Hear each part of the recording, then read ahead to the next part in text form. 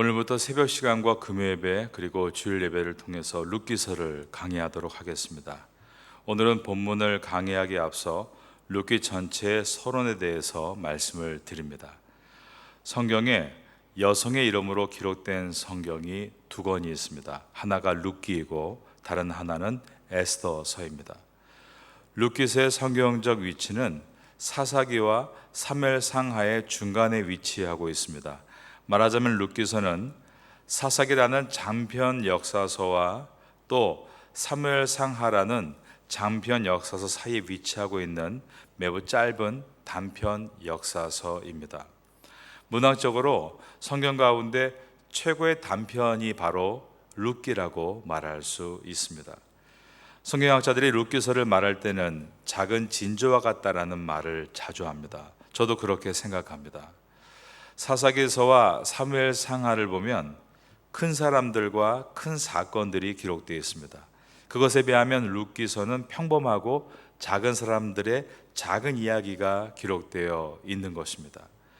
나오미와 룻, 이 작은 가족이 겪었던 울고 웃는 가족사가 어떻게 진행되는지를 시간을 따라 기록하고 있는 것이 룻기서입니다. 룻기서에서 가장 중요한 모티브가 있다고 한다면 이스라엘에 닥친 흉년, 즉 기근이 들어서 이스라엘에 살던 나오미 가족이 모압으로 이민을 가게 됐다는 것입니다. 이민을 가서 나오미는 남편을 잃고 그리고 한 10년이 지난 다음에 두 아들 또한 잃습니다. 두 아들들은 결혼해서 아내들을 두고 있었지만 자식들을 낳지 않은 상태였습니다. 그래서 나오미에게는 손주가 하나도 없었습니다. 이처럼 이민을 가서 남편도 죽고 또 10년 후에 두 자식들도 죽고 고생하다가 다시 베들레헴으로 귀환해서 만나는 여러 가지 사건들이 기록된 것이 룻기서입니다. 룻기서는 기근이라는 모티브가 있고 두 아들들이 죽었다, 즉 자식이 없었다라는 무자의 모티브가 있고 다시 귀환하게 되는 모티브까지 세 가지 중요한 모티브를 가지고 있습니다. 이것을 우리가 우리의 신앙으로 이해해 본다면 개인의 삶에도 경제적인 환경이나 물질적인 환경 속에서 우리는 기근을 경험하게 된다는 것입니다. 영적인 기근도 포함될 수 있습니다. 그리고 우리도 이민을 갑니다. 삶의 거처를 옮기면서 살아가지 않는 사람이 누가 있겠습니까? 그리고 무자, 불임이라는 모티브도 꼭 아기를 못 낳는 것만이 아니라 우리 삶 속에 여러 가지 땀을 흘리고 수고한 결과에 대해서 열매를 얻지 못하는 일들도 포함됩니다. 땀을 안 흘려서 거두지 못한 일들도 있겠지만 정말 땀을 많이 흘리고 수고하고 이래도 불임이라는 모티브와 같이 아무것도 결과로 나오지 않는 그런 경우도 우리는 살면서 경험하게 되는 것입니다. 그리고 다시 있던 자리로 돌아가는 귀한, 욥기에 있는 말씀처럼 우리가 적신으로 왔다가 적신으로 돌아간다. 우리는 본향을 향해 돌아가는 삶을 지금 살아가고 있는 것입니다. 귀한의 모티브가 우리 인생 전체의 삶에 들어있다라고 말할 수 있습니다. 그러므로 룻기에 나타나는 한 개인의 삶 속에서 이 같은 모티브들은 사실상 모든 보편적인 사람들의 삶의 모티브라고 말할 수가 있겠습니다. 그렇기에 룻기서가 불과 4장에 불과하지만 이것은 우리 인생의 축소판이라고 말할 수 있습니다. 그래서 우리는 이 이야기 속으로 몰입할 수 있게 됩니다. 그러므로 학자들은 룻기를 성경에 나와 있는 책 가운데 문학적으로 가장 최고의 단편 문학이다라고 말하는 것입니다. 저는 특별히 룻기가 우리와 같은 이 디아스포라 이민자들에게는 더 각별한 의미를 줄 수 있겠다는 생각이 듭니다. 룻기를 통해서 여러분과 제가 하나님의 음성을 이해하고 은혜를 얻는 가운데 우리의 삶을 어떻게 펼쳐가야 될지를 만날 수 있는 은혜의 통로가 될 수 있기를 예수님의 이름으로 축원합니다. 룻의 저자에 대해서 탈무드에서는 저자가 사무엘이다라고 이야기합니다. 하지만 모든 성경학자들의 대부분의 공통적인 의견은 사무엘은 룻기서의 저자가 될 수 없다라고 합니다. 그 이유가 룻기서 4장 22절에 보면 다윗에 대한 이야기가 나오는데요. 오늘 읽어주신 본문입니다. 다윗을 낳았더라라는 말로 룻기가 끝이 납니다.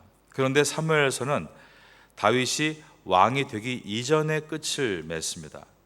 다윗이 왕이 되는 것을 보기 전에 사무엘이 죽었기 때문에 사무엘이 다윗이 왕이 됐다는 이 이야기를 기록할 수는 없었을 겁니다. 그렇다면 룻기의 저자는 누구인가? 룻기서는 그것에 대해서 어떠한 힌트도 주고 있지 않습니다. 그러니까 이것을 객관적으로 이해해 본다면 다윗 왕이 매우 유명한 왕으로 영향력이 있는 그때에 어떤 후대의 한 사람이, 아마도 솔로몬 왕이 다스리던 시대에 어떤 한 사람이 기록한 글이다, 이렇게 보는 것이 보편적인 견해입니다. 룻기서의 저자, 인간 저자가 누구인지는 우리에게 정확하게 알려져 있지 않습니다. 그러나 여러분, 룻기서의 진짜 저자가 누구입니까? 그것은 성령님께서 룻기서의 저자이신 것입니다. 기원전 1378년에서 기원전 1043년까지 약 330년, 이 기간을 사사시대라고 부릅니다. 이 사사시대는 이스라엘의 불신앙이 계속 반복되던 때였습니다. 그래서 불신앙에 대해서 하나님이 징계를 하시죠. 그 징계 때문에 이스라엘 백성들이 하나님께 부르짖습니다. 그러면 하나님께서 그때마다 사사들, 즉 구원자를 보내서 이스라엘을 도우셨습니다. 이러한 일들이 사사시대에 반복되는 사이클이었습니다. 이스라엘 백성들의 불신앙, 그러면 하나님의 진노, 그리고 나서 이스라엘 백성들의 회개와 부르짖음, 그러면 하나님께서 사사를 보내셔서 구원하신 것입니다. 이 네 가지 일이 계속 반복되는 것이 사사기였는데, 대를 거듭할수록 그들이 더 좋아진 것이 아니라 더욱더 악화되는 양상을 보여주었습니다. 시간이 흘러서 삼손 시대에 가면 이스라엘 백성들이 이제는 회개조차 하지 않는 모습으로 나타납니다. 계속적으로 죄를 지으면서 점점 더욱 악해졌던 것입니다. 이것이 사사기의 내용이었습니다. 사사기에 나오는 사사들의 한 개인 개인의 면모를 보면 형편없는 사람들이 굉장히 많았습니다. 그들이 저지르는 형편없는 이야기들로 가득 채워진 것이 사사기입니다. 그러므로 우리가 사사기를 다 읽고 나서 고백하게 되는 것이 있는데, 정말로 누가 진정한 사사인가? 그분은 바로 하나님이시다. 하나님이 이스라엘의 사사이시다라는 것입니다. 형편없는 시대 상황 속에서 형편없는 사람들을 통해서도 하나님의 구속사는 면면이 이루어져 왔다는 것을 우리가 사사기를 다 읽은 다음에 깨닫게 되는 결론인 것입니다. 그런데 여러분, 룻기서 1장 1절을 한번 보겠습니다. 룻기서 1장 1절은 어떻게 시작하고 있는가? 1장 1절은 처음 시작이 사사들이 치리하던 때에로 시작하고 있습니다. 사사들이 치리하던 때에, 즉 사사시대에 살고 있던 사람이 룻이라는 것입니다. 이 사사시대에 불신앙과 극도의 혼란의 시기에 나오미와 룻과 보아스라는 지극히 평범한 사람들이지만 아름다운 신앙과 진실한 신앙을 지키는 사람들의 명맥이 완전히 끊어지지 않고 이어지고 있다는 것을 이 룻기서가 보여주는 것입니다. 우리가 살고 있는 이 시대를 보면 사사시대와 같이 불신앙과 혼돈의 시대라고 말할 수 있습니다. 소위 기독교 국가라는 나라들이 지금 어떻게 있습니까? 정말 사사시대와 같이 하나님의 법 없이 살고 있지 않습니까? 북유럽과 아메리카 대륙과 또 우리나라도 다를 바가 없다고 생각합니다. 기독교인이라고 하는 사람들조차 기독교인으로서 사랑과 공의와 근면을 가지고 있는 사람들이 많지 않은 것입니다. 그럴 때 사람들은 시대를 탓하고 자신의 무책임함과 게으름을 시대가 그러니 어쩔 수 없다 정당화시키고 자기 합리화와 만연의 시대에 살고 있을 때 우리는 여기서 이 룻기서를 봐야 합니다. 사람들이 이런 말을 많이 합니다. 세상에 왜 이 지경이냐, 그러면서 세상을 탓하는데, 나오미와 룻과 보아스는 우리가 본 것처럼 사사들이 치레하던 그 악한 세대에서 세상을 탓하고 믿음을 버린 것이 아니라 그런 세상 속에서도 견고한 믿음을 지켜나갔다는 것입니다. 아까 서두에 말씀드렸던 것처럼 사사기와 사무엘상하라는 큰 장편 가운데에서 작은 진주와 같이 단편으로 끼어 있는 것이 룻기서입니다. 우리는 모두가 평범한 사람들입니다. 우리들이 나오미와 룻과 보아스가 지켰던 그런 아름답고 진실한 믿음을 이 마지막 세대에 지키겠다, 그러한 결단을 룻기서를 통해 할 수 있다면 룻기서는 우리에게 엄청난 말씀으로 다가오게 될 것입니다. 이러한 은혜가 여러분께 있게 되기를 예수님의 이름으로 축원합니다. 룻기는 우리들에게 그런 도전을 주고 있습니다. 룻기가 시작되는 장소, 로케이션이 어디인가? 1장 1절을 읽어보겠습니다. 사사들이 치레하던 때에 그 땅에 흉년이 드니라. 유다 베들레헴의 한 사람이 그의 아내와 두 아들을 데리고 모압 지방에 가서 거류하였는데, 모압 땅에서 시작을 하고 있습니다. 모압 땅에서의 비극의 이야기가 시작이 되고 있습니다. 이 모압 땅에서 남편을 잃어버린 것입니다. 그리고 모압 땅에서 기둥 같은 두 아들도 잃어버렸습니다. 그리고 손주, 손녀도 없었습니다. 룻기는 1장에서 모압에서부터의 비극에서 시작해서 이제 4장에서는 베들레헴에서의 행복으로 끝을 맺습니다. 1장에서 사사들이 치리하던 때에서 시작해서 4장 마지막에서 다윗이 치리할 세상을 암시하며 끝을 맺습니다. 룻기서의 마지막 장, 마지막 절인 4장 22절에 이렇게 기록되어 있습니다. 오벳은 이새를 낳고 이새는 다윗을 낳으니라. 이것은 무엇을 의미합니까? 처음에 사사들이 치리하던 때, 그리고 제일 마지막이 다윗을 낳았더라.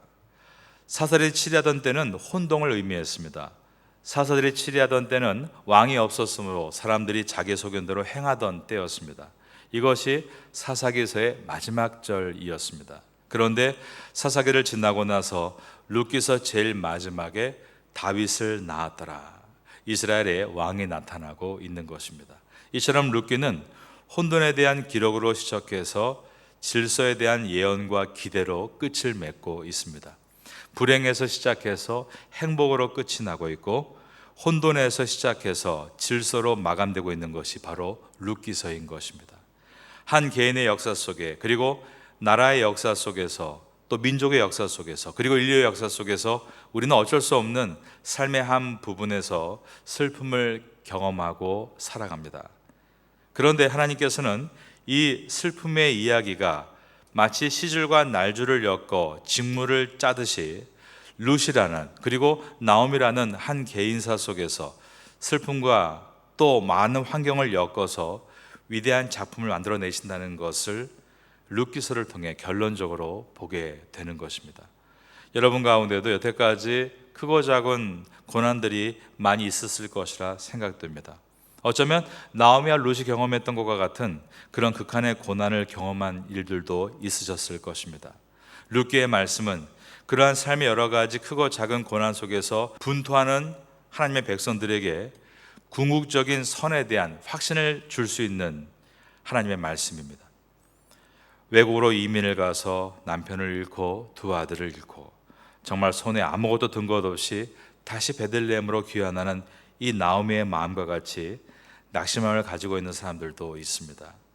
룻기의 말씀은 그와 같은 눈에 보이는 현실에 우리가 완전히 매몰되지 않고 하나님께서 궁극적으로 만들어내는 큰 그림을 보라라는 은혜의 말씀입니다.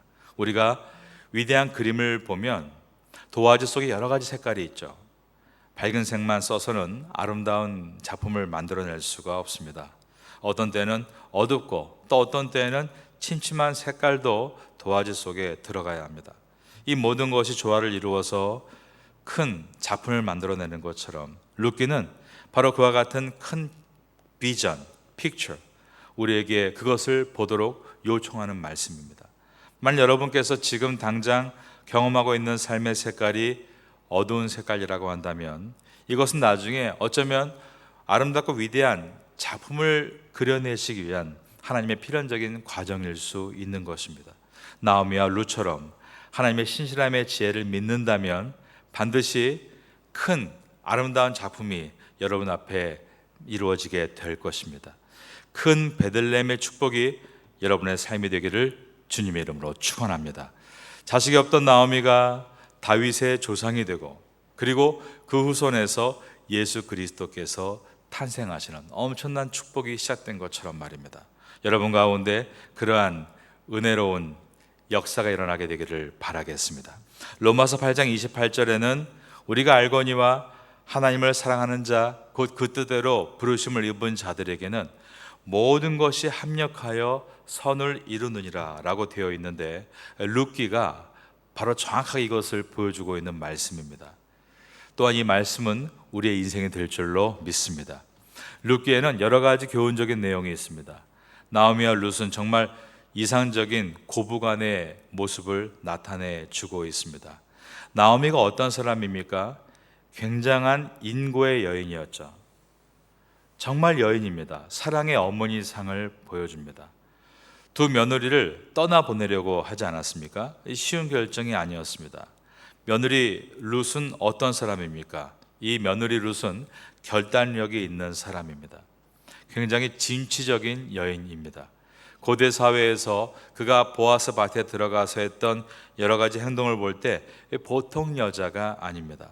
아주 결단력이 있는 진취적인 여인이었습니다. 그리고 시어머니 나오미에 대한 룻의 효성은 정말로 엄청난 효성입니다. 그리고 굉장히 순정적인 여성상을 보여줍니다. 굉장히 진취적인데 또한 굉장히 순정적이다. 이것은 그의 인격이 다양한 모습으로 좋은 것을 가지고 있었다는 것을 우리에게 보여줍니다. 즉 굉장히 완성된 인간이었다라는 뜻입니다. 룻의 남편이 되는 보아스는 어떤 사람입니까? 보아스는 이제 보겠지만 정말 신사 중에 신사죠. 이런 신사가 없습니다. 자기의 밭에서 일하는 신분이 낮은 사람들을 함부로 대함이 없었습니다. 그들을 축복하는 사람이었습니다. 보아스는 입을 열기만 하면 사람들을 축복해주고 격려하는 사람이었습니다.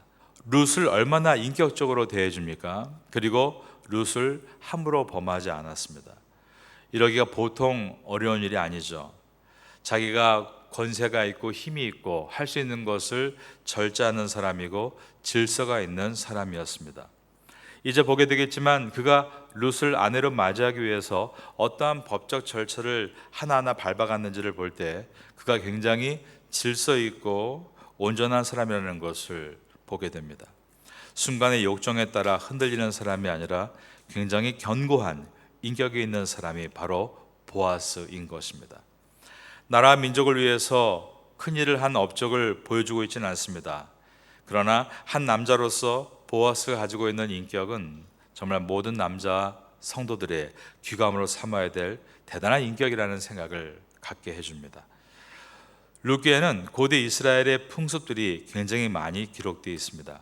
불과 4장에 불과하지만 추수할 때 이스라엘 백성들이 어떻게 추수했는지, 어떻게 결혼 풍습이 있었는지, 친족들 간의 권리와 의무에 대해서 이스라엘 사회의 깊고 중요한 내용들을 설명해주는 굉장히 중요한 자료를 룻이 보여줍니다.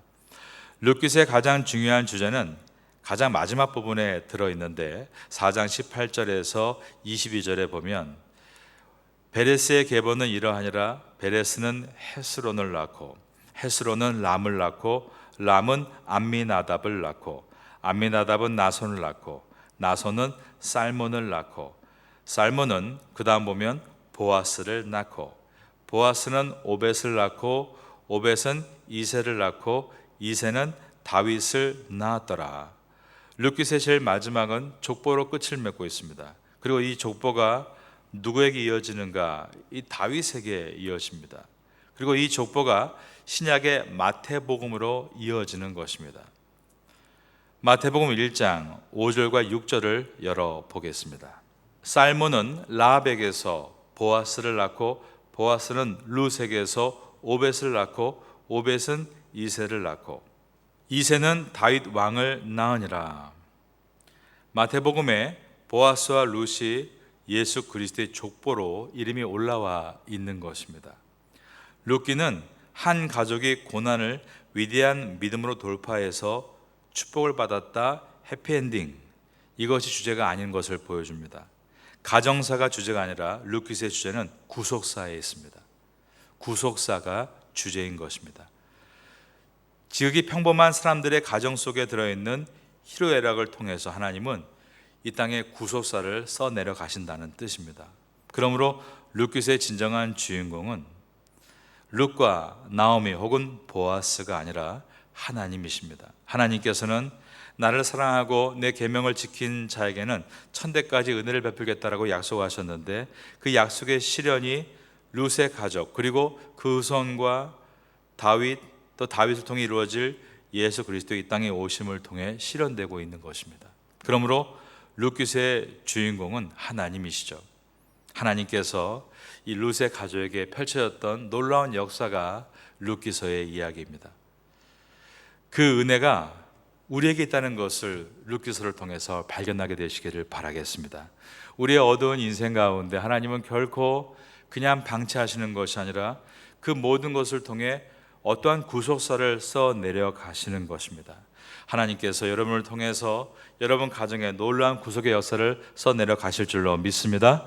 여러분을 통해서 여러분의 모든 가족들, 일가 친척들 예수님께 돌아오는 은혜가 임하게 될 것을 우리는 믿습니다. 이러한 은혜가 룻기서를 지나면서 우리 모두에게 임하게 될 수 있기를 예수님의 이름으로 축원합니다.